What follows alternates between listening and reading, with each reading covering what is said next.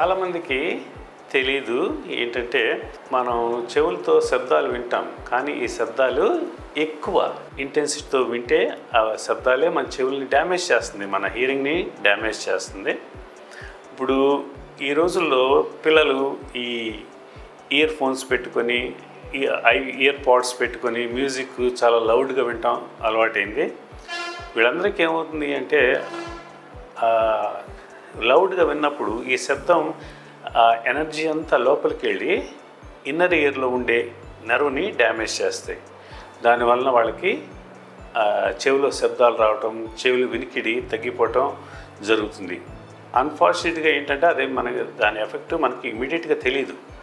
అది 10 ఏళ్ల తర్వాత 16 ఏళ్ళ తర్వాత తెలుస్తుంది. కానీ అప్పటికి మనం ఏమీ చేయలేము. దీనికి మందులు ఏమీ లేవు. మళ్ళీ ఆ హియరింగ్ మళ్ళీ మనకి వెనక్కి రాదు. మనం కొంతమందిని చూస్తుంటాం, బయట రోడ్లు తవ్వేవాళ్ళు కూడా న్యూమాటిక్ డ్రిల్స్ పెట్టుకొని ఆ రోడ్డు తవ్వుతుంటారు. అవేమో బాగా శబ్దాలు వస్తాయి. అవి వచ్చినప్పుడు కనీసం వాళ్ళు ఇయర్ ప్రొటెక్టర్స్ కూడా అంటే ఇయర్ ప్లగ్స్ కానీ అట్లా ఏమి వాడకపోతే వాళ్ళందరికీ కూడా హియరింగ్ పోతుంది. ఆ పోయిన హియరింగ్ మళ్ళీ రాదు. అందుకని దయచేసి నేను చెప్పేది ఏంటంటే చెవిలో ఇయర్ పాడ్స్ అవి పెట్టుకుంటే రోజుకు 1 గంట కన్నా ఎక్కువ పెట్టుకోవద్దు. పెట్టుకున్నా కూడా లో వాల్యూమ్లో పెట్టుకోండి.